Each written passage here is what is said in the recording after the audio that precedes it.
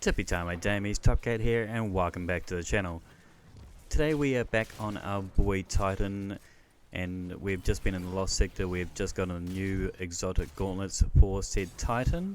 The second chance exotic gauntlets may look like you stole two hubcaps off some gangbangers cars, but it does have two unique perks. One, it gives you a second shield throw, and the other one gives you anti-barrier stuns. These are a great addition to the exotic family. The hunters have the Unstop gauntlets, the Arthur's Embrace, the Warlock's got the Overload boots, and now the Titan's got anti-barrier gauntlets. Do a little damage, wait for your guy to shield up, chuck a shield in his face, and it will stun him. I've taken these into the 1590 Lost Sector at 1560, and it still manages to one-bang the shield, so this should work for our Grandmaster content when this finally arrives. Even though it's Solo 3.0, our Void Titans are still very popular and still very strong inside this economy. We are using Bastion, the Void aspect.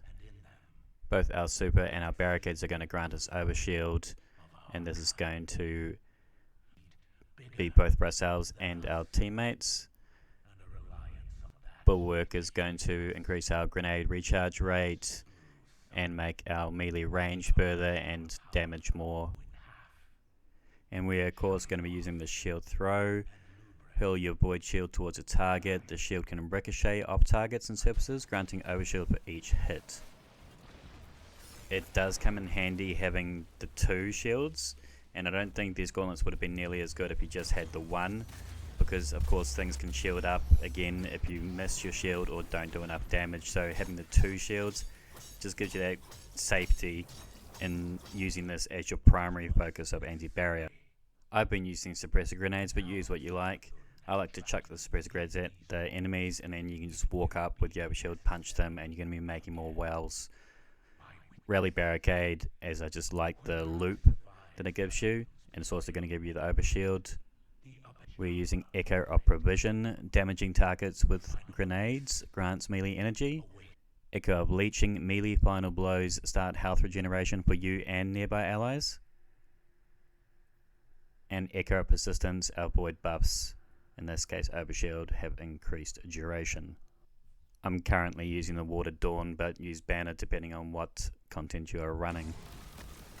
If you're considering using these, I'm going to go out on a limb and assume that you're not going to be running an anti-barrier weapon, so you're going to want to have as much melee charge as you possibly can. So I've gone for a max well making setup here, and the more shields that we're chucking down is going to just keep our loop going in terms of ability regen. So you can see here just making well after well, so I can just keep on getting that melee up, because you want to try and have two shield throws ready to go whenever you go into an area with an anti-barrier. So on our helmet we're running a melee well maker, hands on, and a sword ammo finder. Another melee well maker, focusing strike, going to get class ability whenever we do damage with our melee, and whatever weapon mod you might need.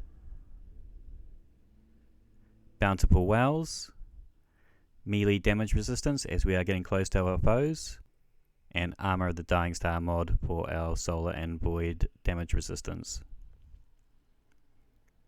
Another melee well maker, and double innovation, another melee well maker, and last but not least, Outreach reduces melee cooldown when using our class ability. There's a nice symbiote relationship between using Outreach and focusing strike, as they're pretty much going to loop on themselves. So every shield you chuck down, you're going to get melee, every melee you're going to get shield energy.